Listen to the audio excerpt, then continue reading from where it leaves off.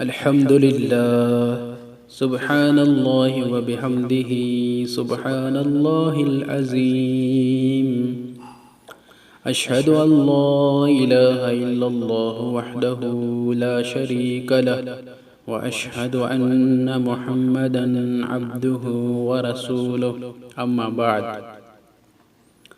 حق کیسے غالب ہوتا ہے؟ سورہ رعد آیت نمبر 17 میں اللہ رب العزت کا فرمان عالی شان اعوذ باللہ السمیع العلیم من الشیطان الرجیم من حمزہ ونفخہ ونفثہ انزل من السماء ماء فسالت اودیة بقدرها فاحتمل الصیل زبدا رابیا ومما يوقدون عليه في النار ابتغاء حلیة أو متاع زبد مثله كذلك يضرب الله الحق والباطل فأما الزبد فيزحف جفاء وأما ما ينفع الناس فيمكث في الأرض كذلك يضرب الله الأمثال۔ اللہ تعالیٰ آسمانوں سے پانی برساتا ہے، پھر تمام وادیاں، ندی اور نالے اپنی اپنی گنجائش کے مطابق بہنے لگتے ہیں، پھر سیلاب پھولے ہوئے جھاگ کو اوپر اٹھا لیتا ہے۔ اسی قسم کا جھاگ اس وقت بھی نکلتا ہے جب لوگ زیور اور کوئی سامان بنانے کے لیے کھوٹ ملے ہوئے سونے یا کسی دھات کو آگ پر تپاتے ہیں۔ اسی طرح اللہ حق اور باطل کی مثال بیان فرماتا ہے۔ جھاگ تو چھٹ جاتا ہے اور صاف اور شفاف پانی جو لوگوں کے لیے نفع بخش ہوتا ہے زمین میں رہ جاتا ہے۔ اسی طرح اللہ تعالیٰ مثالیں بیان فرماتا ہے۔ اس آیت میں اللہ تعالیٰ نے دو مثالیں بیان فرمائی ہیں۔ پہلی مثال میں اللہ تعالیٰ نے حق کو صاف اور شفاف پانی سے تشبیہ دی ہے اور باطل کو جھاگ سے تشبیہ دی ہے۔ جس طرح شفاف پانی جھاگ کو اوپر اٹھا کر بہا دیتا ہے، اسی طرح حق باطل کو اٹھا کر بہا دیتا ہے۔ جس طرح صاف و شفاف پانی کے مقابلے میں جھاگ بہت کمزور ثابت ہوتا ہے، اسی طرح حق کے مقابلے میں باطل بہت کمزور ثابت ہوتا ہے۔ باطل حق کا مقابلہ نہیں کر سکتا، حق باطل کو فنا کر دیتا ہے۔ اللہ تعالیٰ فرماتا ہے سورہ بنی اسرائیل آیت نمبر 81 میں وَقُلْ جَاءَ الْحَقُّ وَزَحْقَ الْبَاطِلِ إِنَّ الْبَاطِلَ كَانَ زَهُوقًا، اور اے رسول کہہ دیجئے حق آ گیا اور باطل مٹ گیا، اور باطل تو حق کے مقابلے میں مٹ ہی جایا کرتا ہے۔ اس تمثیل سے مندرجہ ذیل باتیں ثابت ہوئیں۔ نمبر 1، صاف اور شفاف پانی آسمان سے نازل ہوتا ہے، اور کیونکہ حق صاف اور شفاف پانی کے مثل ہے لہذا حق بھی آسمان سے نازل ہوتا ہے۔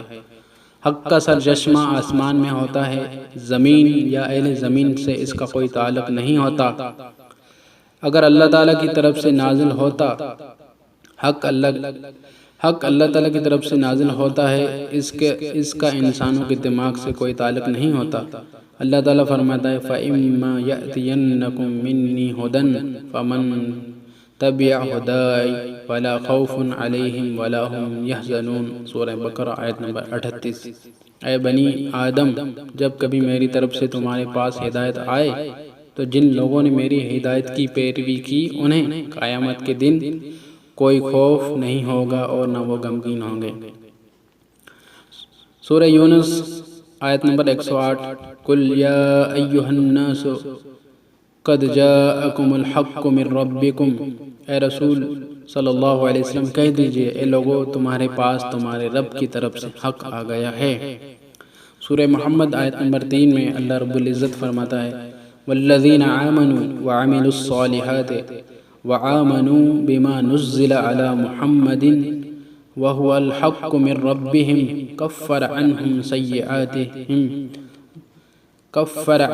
سَيِّئَاتِهِمْ وَأَصْلَحَ بَالَهُمْ، اور جو لوگ ایمان لائے اور نیک عمل کرتے رہے اور اس چیز پر ایمان لائے جو محمد صلی اللہ علیہ وسلم پر نازل ہوئی ہے اور وہ ان کے رب کی طرف سے حق ہے، تو اللہ تعالیٰ ان کی گناہوں کو مٹا دے گا اور ان کے حالات کی اصلاح فرمائے گا۔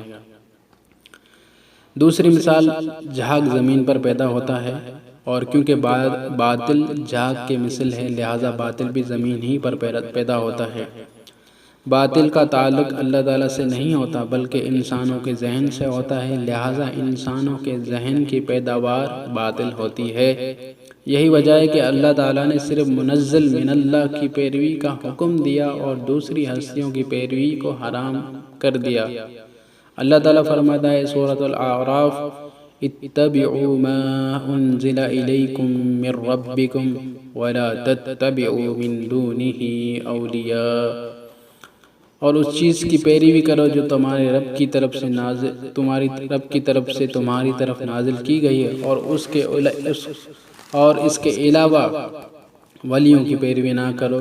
قلیلا ما تذکرون، مگر تم نصیحت کم ہی حاصل کرتے ہو۔ سورہ اعراف آیت نمبر 3۔ مندرجہ بالا مباحث سے ثابت ہوا کہ حق وہ ہے جو آسمان سے نازل ہوا، اور باطل وہ ہے جو زمین یا اہل زمین کے دماغوں سے نکلا۔ نتیجہ یہ نکلا کہ انسانوں کی رائے، قیاس، فتوے اور اجتہاد کو حق سے دور کا بھی واسطہ نہیں۔ یہ چیزیں خس و خاشاک اور کوڑا کرکٹ کے جھاگ کی طرح ہیں، لہٰذا باطل ہیں، اور باطل کی پیروی مومن کا کام نہیں ہے، کافر کا شیوا ہے، جیسا کہ مندرجہ ذیل آیت سے ظاہر ہے۔ سورہ محمد آیت نمبر 3: ذالک بأن الذین کفروا اتبعوا الباطل وأن الذین آمنوا اتبعوا الحق من ربہم۔ کافروں کے اعمال اس لیے ضائع کیے گئے کہ کافر باطل کی پیروی کرتے ہیں، اور مومنین کے گناہ اس لیے معاف کیے گئے کہ مومنین اپنے رب کی طرف سے آئے ہوئے حق کی پیروی کرتے ہیں۔ الگر جو لوگ اللہ تعالیٰ کی طرف سے نازل شدہ حق کی پیروی کرتے ہیں وہ تو مومن ہیں، اور جو علماء کی رائے، قیاس کی پیروی کرتے ہیں وہ مومن نہیں ہیں۔ مثال تیسری چیز جو آیت زیر تفسیر سے ثابت ہوئی وہ یہ ہے کہ جس طرح جھاگ سوکھ کر بیکار ہو جاتا ہے اور کسی کام نہیں آتا، اسی طرح باطل مٹ جاتا ہے۔ جس طرح صاف اور شفاف پانی باقی رہ جاتا ہے اور لوگوں کے کام آتا ہے، اسی طرح حق باقی رہ جاتا ہے اور لوگ اس سے دینی اور دنیوی دونوں قسم کے فوائد حاصل کرتے ہیں۔ جس طرح صاف شفاف پانی کے مقابلے میں جھاگ ٹھہر نہیں سکتا، اسی طرح حق کے مقابلے میں باطل ٹھہر نہیں سکتا۔ صاف پانی کے اوپر جھاگ کی حیثیت محض فریب ہے، حقیقت کچھ بھی نہیں۔ حق نے باطل کو اٹھا لیا ہے اور مستقبل قریب میں حق باطل کو اٹھا کر پھینک دے گا۔ باطل کا چھا جانا وقتی اور عارضی ہوتا ہے، مگر شرط یہ ہے کہ حق بہتے ہوئے پانی کی طرح متحرک ہو، ہر لمحہ آگے بڑھ رہا ہو۔ تو جس طرح بہتا ہوا پانی جھاگ کو بہا دیتا ہے، اسی طرح متحرک حق باطل کو مٹا دیتا ہے۔ اگر اہل حق پر جمود طاری ہو جائے تو حق متحرک نہیں ہوگا اور باطل نہیں مٹے گا۔ حق کو جامد کر دینا گویا باطل کو پھلنے پھولنے کا موقع دینا ہے۔ اہل حق کو چاہیے کہ حق کو چلاتے رہیں، حق کو متحرک رکھیں اور اس کو باطل پر مارتے رہیں۔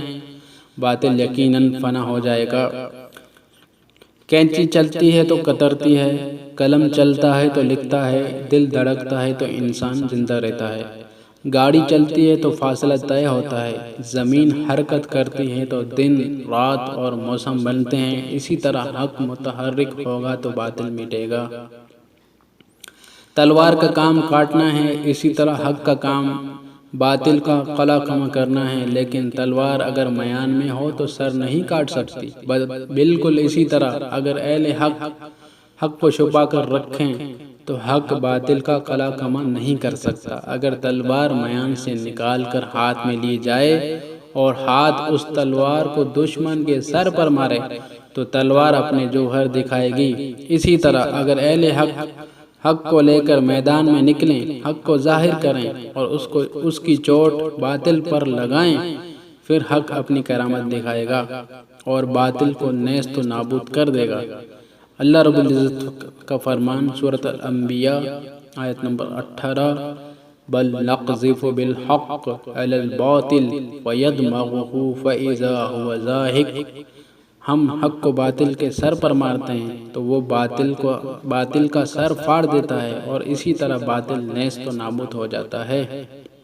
سورہ سبا آیت نمبر 48 قل ان ربی یقذف بالحق، اے رسول کہہ دیجئے کہ میرا رب باطل پر حق کی ضرب لگاتا رہتا ہے۔ غرض یہ کہ حرکت ہی سے سارے کام انجام پاتے ہیں، حرکت نہیں تو کچھ بھی نہیں۔ اگر حق حرکت میں ہو تو باطل مٹے گا ورنہ نہیں۔ اہل حق نے حق کو جزدان میں چھپا کر رکھ دیا ہو تو باطل کیسے مٹے گا؟ اگر اہل حق نے حق کو طاق میں رکھ کر تاکہ نسیاں کر دیا ہو تو باطل کا مقابلہ کون کرے گا؟ باطل کس طرح نیست و نابود ہوگا؟ صاف پانی کا سیلاب جھاگ کو پھینک دیتا ہے، جھاگ کے چھٹ جانے کے بعد کچھ پانی سطح پر رہ جاتا ہے اور آہستہ آہستہ بہتا رہتا ہے، اور کچھ پانی کو زمین پی جاتی ہے۔ الغرض زمین پانی کو جھاگ سے صاف کرنے کے لیے دو کام کرتی ہے۔ پہلا کام، کچھ پانی کو تیزی کے ساتھ نشیب کی طرف بہا دیتی ہے اور اس طرح جھاگ چھٹ جاتا ہے اور صاف اور شفاف پانی رہ جاتا ہے۔ دوسرا کام، کچھ پانی کو زمین پی جاتی ہے۔ پانی زمین کے اندر حرکت کرتا ہوا درختوں کی جڑوں میں پہنچتا ہے اور سوتوں میں سے ہوتا ہوا کنووں میں پہنچتا ہے۔ کنویں کا پانی صاف ہوتا ہے اور محض اس لیے صاف ہوتا ہے کہ وہ حرکت کرتا ہوا آتا ہے۔ زمین کو اگر پانی کے بہانے کی استطاعت نہیں ہوتی تو پانی کھڑا رہ جاتا، مثلاً کسی گڑھے یا کسی کنڈ میں۔ لیکن اس صورت میں بھی زمین اپنا کام کرتی ہے، پانی کو جذب کرتی ہے اور پانی کو حرکت میں رکھ کر پانی کو صاف کر دیتی ہے۔ گڑھے کا تمام پانی جذب ہو جاتا ہے اور جھاگ خس و خاشاک زمین کی سطح پر پڑا رہ جاتا ہے اور سوکھ کر ضائع ہو جاتا ہے۔ ندی نالوں کا جو پانی باقی رہ جاتا ہے وہ بھی انسانوں کے کام آتا ہے، اور جو پانی زمین کے اندر جذب ہو جاتا ہے وہ بھی انسانوں کے کام آتا ہے، لیکن جھاگ بہر صورت ضائع ہو جاتا ہے اور کسی کام نہیں آتا۔ اہل حق کا کام، جس طرح زمین پانی کو تیزی کے ساتھ بہاتی ہے، اہل حق کو چاہیے کہ اسی طرح حق کو تیزی کے ساتھ بہائیں۔ حق بہے گا تو باطل چھٹ جائے گا، حق باطل کو اٹھا کر پھینک دے گا۔ جس طرح زمین پانی کو جذب کر کے اسے متحرک رکھتی ہے، اسی طرح اہل حق کا کام ہے کہ حق کو جذب کریں، حق کو حرکت دے کر دل کی گہرائیوں تک پہنچائیں، حق کو دل میں جاگزی کریں، دل حق سے منور ہو جائے، پھر دل سے حق کی نورانی لہریں اٹھیں اور اعضائے جسمانی سے ظاہر ہوں۔ اہل حق کا جسم مجسم حق بن جائے، یہ مجسم حق حرکت کرے، جہاں جائے آئے، تبلیغ کا ایک چلتا پھرتا ذریعہ بن جائے، لوگ اس کے عمل اور جذبہ صادق کو دیکھ کر نصیحت حاصل کریں۔ غرض یہ کہ حق کو غالب کرنے کے لیے اہل حق کو چاہیے کہ حق کو متحرک رکھیں، تبلیغ کے سیلاب سے بھی اور اپنی عملی پیکر سے بھی۔ اگر تبلیغ کے ذریعے حق کو سیلاب کے مانند بہانے کی قدرت نہ ہو تو اپنی عملی پیکر کے ذریعے تو ضرور حق کو متحرک رکھیں اور سیلاب کی طرح حق کو بہانے کی قدرت حاصل کرنے کے لیے مسلسل جدوجہد کرتے رہیں، کیونکہ حق کو معاشرے میں غالب کرنے کا اصل ذریعہ یہی ہے۔ دوسری مثال، اللہ تعالیٰ نے حق و باطل کی دوسری مثال دھات کو تپا کر اس کی کھوٹ نکالنے سے دی ہے۔ جب کسی دھات میں سے کھوٹ نکالنی ہوتی ہے تو اسے آگ میں تپایا جاتا ہے، دھات پگھلتی ہے، اس میں جوش آتا ہے، حرکت پیدا ہوتی ہے اور کھوٹ جھاگ کی صورت میں صاف دھات کے اوپر آ جاتی ہے، اور کھوٹ جھاگ کی صورت میں صاف دھات کے اوپر آ جاتی ہے اور نکال کر پھینک دی جاتی ہے۔ دھات نے کھوٹ کو اس وقت نکالا جب اس میں حرکت پیدا ہوئی۔ حق کو دھات سے تشبیہ دی گئی ہے اور باطل کو کھوٹ سے۔ دھات میں حرکت ہوئی، اس نے کھوٹ کو نکال کر اچھال دیا، اسی طرح اگر حق میں حرکت ہوگی تو وہ باطل کو اٹھا کر پھینک دے گا۔ دھات میں حرکت خود بخود پیدا نہیں ہوتی، آگ اس میں حرکت پیدا کرتی ہے۔ آگ کی گرمی دھات کے اندر گھس کر دھات کے ہر ذرے کو گرم کرتی ہے، اس کے جمود کو توڑ کر اس میں ہیجان پیدا کرتی ہے۔ جب دھات میں ہیجان پیدا ہو جاتا ہے تو خالص دھات کوٹ کو نکال کر پھینک دیتی ہے۔ اہل حق کو چاہیے کہ وہ بھی آگ کی طرح اپنی گرم جوشی سے دین حق کے ہر جز کو گرما دیں، ہر مسئلے کو اجاگر کریں، اللہ تعالیٰ کے ہر کام اور قانون کو متحرک کریں، اس کی تبلیغ کریں، اس کو پھیلائیں تاکہ دنیا پھر ایک بار وَيَكُونَ الدِّينُ كُلُّهُ لِلَّهِ کا منظر دیکھ لے اور یہ چمن پھر اس سر نو تمغہ توحید سے معمور ہو جائے۔ الگر اس مثال سے بھی ثابت ہوا کہ باطل کو نیست و نابود کرنے کے لیے حق کو حرکت میں لانا ہوگا۔ اہل حق کو چاہیے کہ حق کو متحرک رکھیں تاکہ حق باطل کو نیست و نابود کر دے۔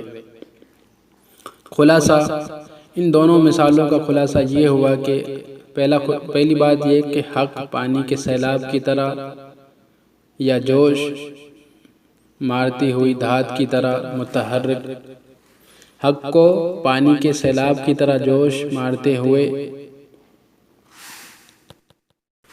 خلاصہ، ان دونوں مثالوں کا خلاصہ یہ ہوا، پہلی، حق کو پانی کے سیلاب کی طرح یا جوش مارتی ہوئی دھات کی طرح متحرک رکھے۔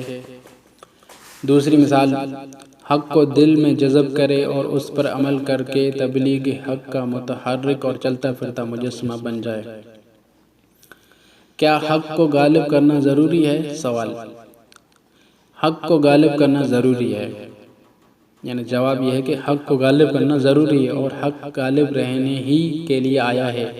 اللہ تعالیٰ فرماتا ہے هُوَ الَّذِي أَرْسَلَ رَسُولَهُ بِالْهُدَى وَدِينِ الْحَقِّ لِيُظْهِرَهُ عَلَى الدِّينِ كُلِّهِ، وہ اللہ ہی ہے جس نے اپنے رسول کو ہدایت اور دین حق کے ساتھ مبعوث فرمایا تاکہ دین حق کو تمام دینوں پر غالب کر دے۔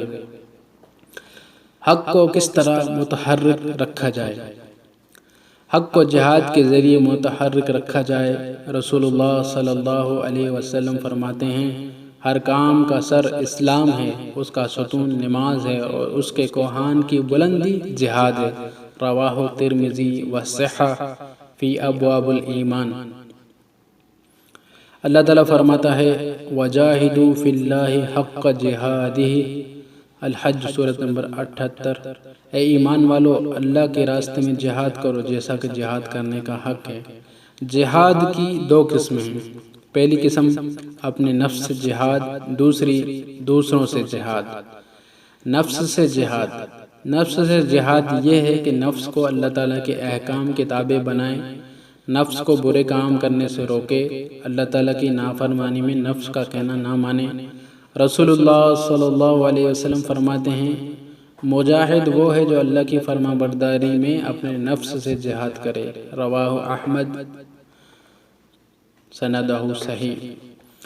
جب مسلم اپنے نفس سے جہاد کرے گا تو گویا وہ مجسم حق بن جائے گا، اس کا جسم، اس کے اعضاء سب حق کا مظاہرہ کریں گے، وہ ایک چلتا پھرتا حق کا مبلغ ہوگا۔ اسی طرح حق کو پہلے پھلنے پھولنے کا موقع مل جائے گا، وہ حرکت کرے گا، گویا حق حرکت کرے گا۔ الغرض حق کو حرکت میں لانے کا یہ ایک ذریعہ ہوگا اور حق کی یہ حرکت بھی بڑی حد تک حق کو غالب کرنے میں مدد و معاون ہوگی۔ حق کی تبلیغ اور حق کو حرکت میں لانے کے لیے مبلغ کو یقیناً پہلے اپنی اصلاح کرنی چاہیے۔ اس چیز پر زور دیتے ہوئے اللہ تعالیٰ فرماتا ہے سورۃ حامیم السجدہ، وَمَنْ أَحْسَنُ قَوْلًا مِّمَّنْ دَعَا إِلَى اللَّهِ وَعَمِلَ صَالِحًا وَقَالَ إِنَّنِي مِنَ الْمُسْلِمِينَ۔ بات کے لحاظ سے اس سے بہتر کون ہو سکتا ہے جو اللہ کی طرف دعوت دے اور خود نیک عمل کرے اور کہے کہ میں مسلمین میں سے ہوں۔ اس آیت سے ثابت ہوا کہ حق کو حرکت میں لانے والے کو پہلے اس حق پر خود عمل کرنا چاہیے۔ اگر وہ خود عمل نہیں کرے گا تو اس کی تبلیغ مؤثر نہیں ہوگی۔ دوسروں سے جہاد کی 3 قسمیں ہیں۔ پہلی مال سے جہاد، دوسری زبان سے جہاد، تیسری ہاتھ سے جہاد۔ مال سے جہاد یہ ہے کہ تبلیغ کے لیے مال خرچ کرے، مجاہدین اور مجاہدین کے اہل و عیال کی مالی خدمت کرے اور جنگ کے لیے مال خرچ کرے۔ زبان سے جہاد یہ ہے کہ تبلیغ کرے، نیک کام کا حکم دے، برے کاموں سے روکے۔ رسول اللہ صلی اللہ علیہ وسلم فرماتے ہیں، مشرکین سے اپنے مالوں سے، اپنے ہاتھوں سے اور اپنے زبانوں سے جہاد کرو۔ رواہ احمد و ابو داؤد و نسائی، سندہ صحیح۔ اس سلسلے میں سورہ حامیم السجدہ کی حوالے سے ایک آیت اوپر گزر چکی ہے۔ ہاتھ سے جہاد کرنا۔ ہاتھوں سے جہاد کی 2 قسمیں ہیں۔ نمبر پہلی قلم کے ذریعے، نمبر 2 طاقت اور جنگ کے ذریعے۔ نمبر پہلا قلم سے جہاد۔ قلم سے جہاد یہ ہے کہ تبلیغی خطوط وغیرہ لکھے۔ رسول اللہ صلی اللہ علیہ وسلم نے بادشاہوں کے نام خطوط لکھے تھے۔ حضرت انس فرماتے ہیں کہ نبی صلی اللہ علیہ وسلم نے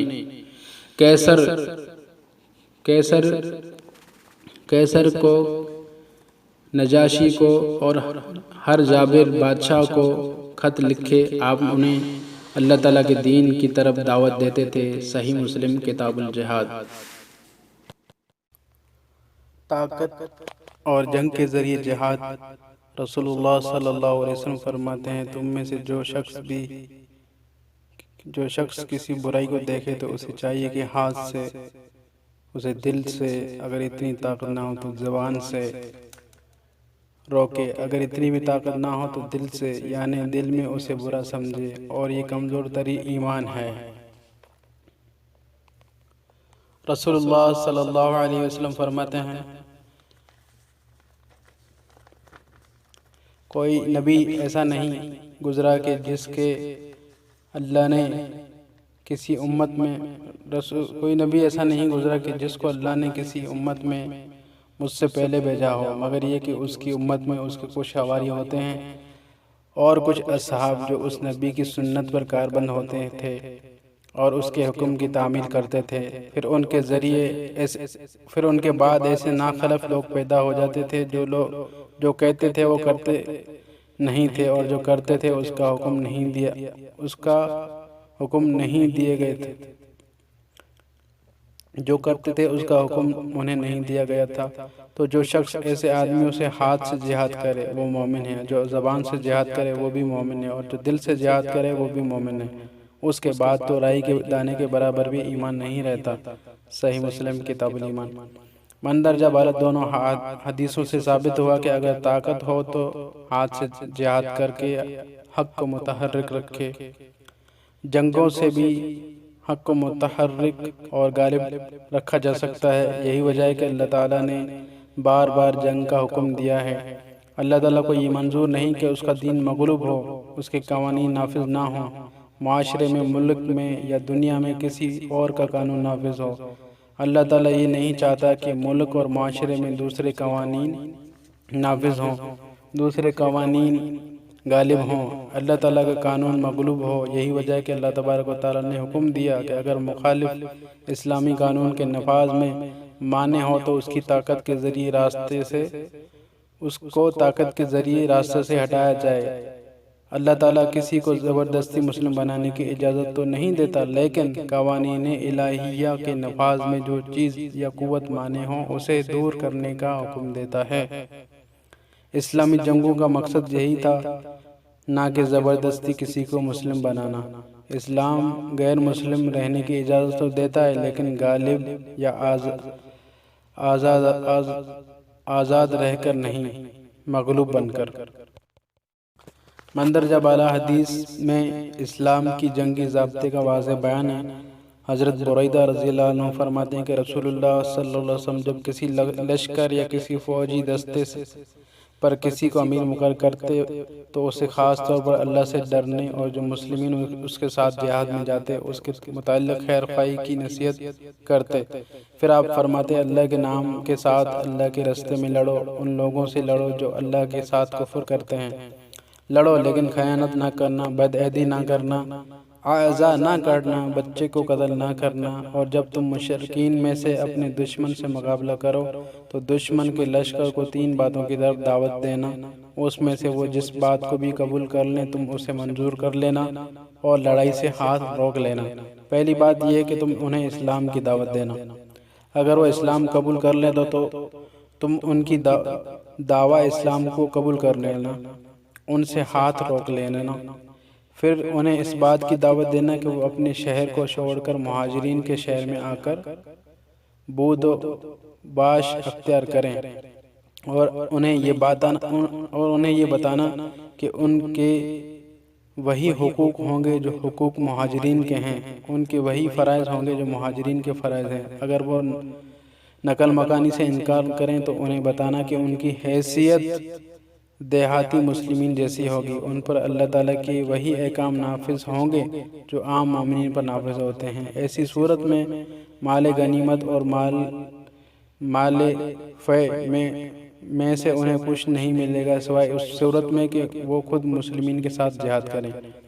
دوسرا، پھر اگر وہ اسلام قبول کرنے سے انکار کریں تو ان سے جزیہ طلب کرو، اگر وہ جزیہ دینا قبول کر لیں تو تم اسے منظور کر لینا اور لڑائی سے ہاتھ روک لینا، اگر وہ جزیہ دینے سے بھی انکار کریں تو اللہ سے مدد طلب کرنا اور ان سے لڑنا۔ صحیح مسلم کتاب الجہاد۔ اس حدیث سے ثابت ہوا کہ اللہ تعالیٰ نے جنگ کے جو احکام جاری فرمائے تھے رسول اللہ صلی اللہ علیہ وسلم نے ان پر عمل کیا اور متعدد لشکر اور فوجی دستے روانہ کیے جن کا کام یہ تھا کہ وہ اسلام کی تبلیغ کریں۔ اگر کوئی قوم اسلام قبول نہیں کرتی تو معطیت و مغلوب بن کر جزیہ ادا کرے، اگر جزیہ بھی ادا کرنے کے لیے وہ تیار نہیں تو پھر اس سے اعلان جنگ ہے۔ حضرت عمران رضی اللہ تعالیٰ عنہ فرماتے ہیں اس واقعے کے بعد مسلمین اس بڑھیا کے گاؤں کے ارد گرد جس بڑھیا کے پخالوں سے رسول اللہ صلی اللہ علیہ وسلم نے پانی پیا تھا اور پخالوں میں پانی کم نہیں ہوا تھا بلکہ بڑھ گیا تھا، مشرکین پر حملہ کرتے تھے لیکن اس بڑھیا کے گاؤں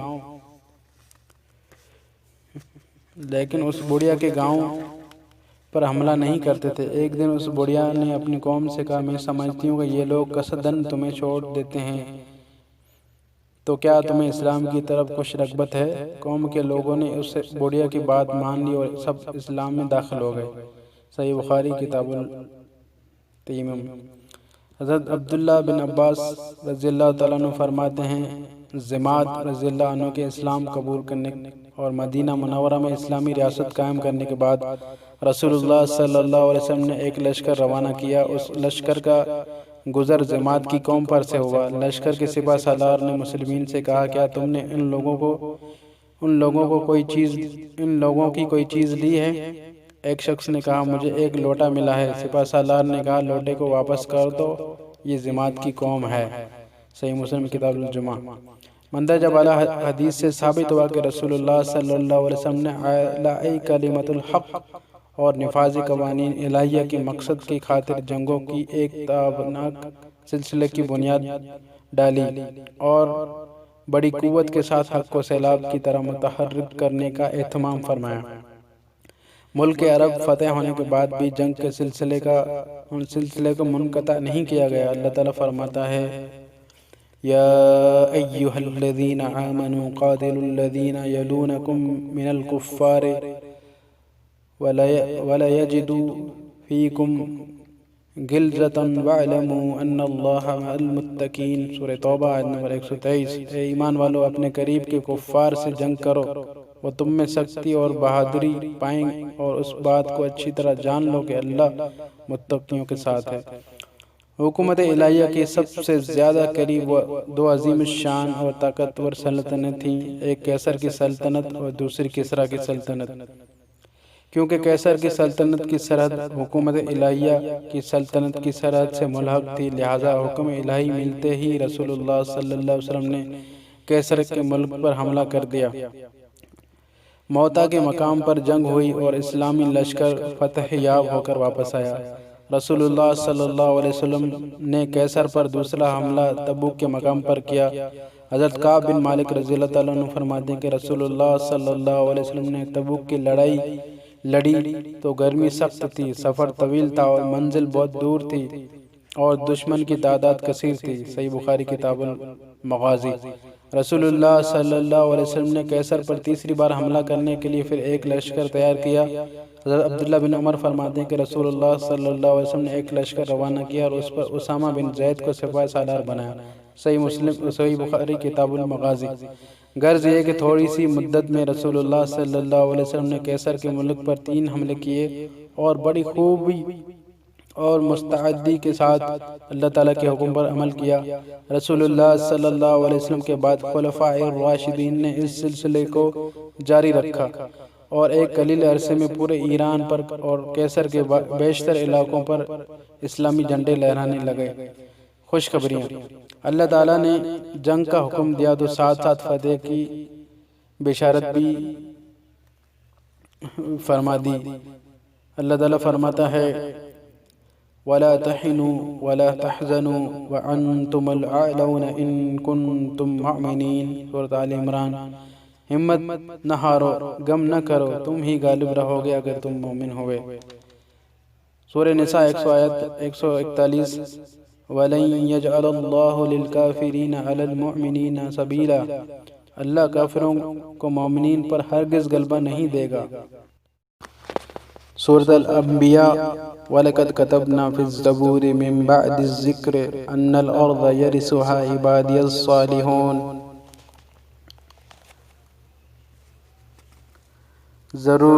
ضروری پند و نصیحت کے بعد ہم زبور میں یہ لکھ چکے ہیں کہ زمین کے وارث میرے نیک بندے ہوں گے۔ سورۃ المائدہ میں اللہ تعالیٰ فرماتا ہے وَمَن يَتَوَلَّ اللَّهَ وَرَسُولَهُ وَالَّذِينَ آمَنُوا فَإِنَّ حِزْبَ اللَّهِ هُمُ الْغَالِبُونَ، جو شخص اللہ کو اور اس کے رسول کو اور ایمان والوں کو دوست بنائے تو یہ اللہ کا لشکر ہے اور اللہ کا لشکر ہی غالب رہے گا۔ جبیر بن حیہ کہتے ہیں کہ حضرت عمر نے ہمیں جنگ کے لیے برانگیختہ کیا اور ہم پر نعمان بن مقرن کو سپاہ سالار بنا دیا۔ جب ہم دشمن کے ملک میں پہنچے تو کسریٰ کا عامل 40,000 سپاہیوں کے ساتھ ہمارے مقابلے کے لیے آیا۔ ایک ترجمان درمیان میں کھڑا ہو گیا۔ عامل نے کہا تم میں سے ایک آدمی مجھ سے بات کرے۔ حضرت مغیرہ رضی اللہ عنہ نے کہا پوچھو جو تم پوچھنا چاہتے ہو۔ عامل نے کہا تم کون ہو؟ حضرت مغیرہ نے کہا ہم عرب کے لوگ ہیں، ہم سخت بدبختی اور شدید بلا میں مبتلا تھے، بھوک میں کھالوں کو اور گٹھلیوں کو جوسا کرتے تھے اور بالوں کا لباس پہنتے تھے، درختوں اور پتھروں کو پوجتے تھے۔ ہم اسی حال میں تھے کہ آسمانوں کے اور زمینوں کے رب نے جس کا ذکر بلند ہے اور جس کی عظمت روشن ہے، ہم میں ایک نبی مبعوث فرمایا جو ہم ہی میں سے تھا۔ اس کے ماں باپ کو ہم اچھی طرح پہچانتے تھے۔ ہمارے نبی ہمارے رب کے رسول صلی اللہ علیہ وسلم نے ہمیں حکم دیا ہے کہ ہم تم سے لڑیں یہاں تک کہ تم اللہ اکیلے کی عبادت کرو یا جزیہ ادا کرو، اور ہمارے نبی صلی اللہ علیہ وسلم نے ہمارے رب کا یہ پیغام بھی ہمیں پہنچایا ہے کہ ہم میں سے جو قتل ہو گیا وہ جنت کی نعمت میں داخل ہوگا، اس جیسی نعمت اس نے کبھی نہیں دیکھی ہوگی، اور جو ہم میں سے زندہ رہا تو وہ تمہاری گردنوں کا مالک ہوگا۔ کتنی واضح، کتنی روشن اور کتنی ہمت افزا یہ بشارتیں ہیں۔ ان بشارتوں کے مطابق رسول اللہ صلی اللہ علیہ وسلم اور صحابہ کرام کے دور میں فتوحات کا ایک تابناک سلسلہ ظہور پذیر ہو چکا ہے۔ بشارت کی یہ پیشن گوئیاں حرف بحرف پوری ہوئیں اور دنیا نے دیکھ لیا کہ حق کے مقابلے میں باطل پسپا ہوتا چلا گیا، بلکہ فنا ہوتا چلا گیا۔ مسلمین جہاں نکل جاتے تھے فتح ان کا قدم چومتی تھی۔ کیا یہ بشارتیں ان کے مطابق فتوحات کا ظہور پذیر ہونا ہمارے جمود کو توڑنے کے لیے کافی نہیں؟